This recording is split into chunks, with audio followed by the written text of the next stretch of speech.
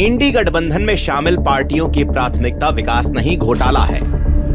ऐसा लगता है कि सबसे ज्यादा स्कैम करने के लिए सपा, आरजेडी, टीएमसी, आप समेत सभी पार्टियों में रेस सी लगी है।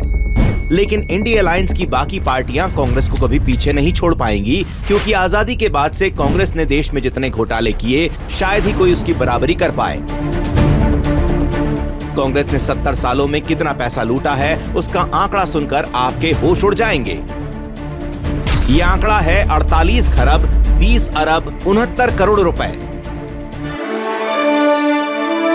15 अगस्त 1947 गुलामी की बेड़ियां तोड़कर हजारों बलिदान देकर भारत आजाद तो हो गया था, लेकिन घोटाले और भ्रष्टाचार का जो सिलसिला नेहरू सरकार से शुरू हुआ वो मनमोहन सरकार में अपने चरम पर पहुंच गया।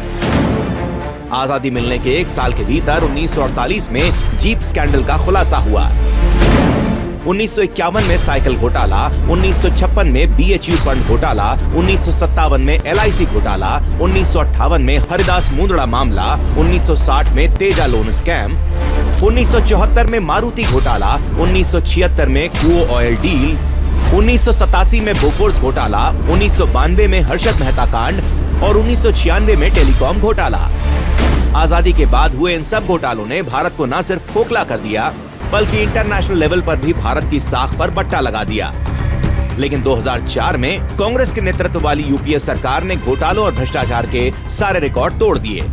2004 से 2014 के बीच हुए स्कैम की लिस्ट में कोयला ब्लॉक आवंटन घोटाला, कॉमनवेल्थ गेम्स घोटाला, 2G घोटाला, शारदा चिटफंड घोटाला, आईएनएक्स मीडिया घोटाला, Aircel Maxis case, Antrix Devas deal, Hawk विमान खरीद मामला और ऑगस्टा मामला प्रमुख है। इसमें सबसे बड़ा घोटाला था कोयला घोटाला, जिसमें करीब 1,86,000 करोड़ रुपए का घपला किया गया था। 2G स्पेक्ट्रम मामले में 1,76,000 करोड़ रुपए का घोटाला हुआ था। कॉमनवेल्थ गेम्स में एक तरफ 70,000 करोड़ रुपए की हेराफेरी हुई, वहीं दूसरी तरफ दुनिया में भारत की बदनामी भी हुई।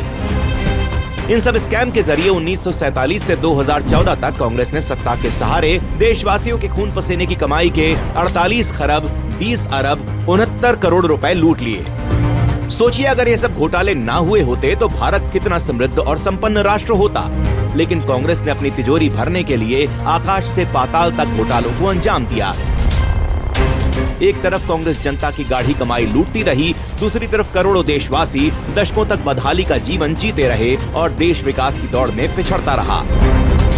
अपने भ्रष्टाचारों से भारत को कमजोर करने और दशकों तक जनता को लूटने वाली कांग्रेस को देश कभी माफ नहीं करेगा।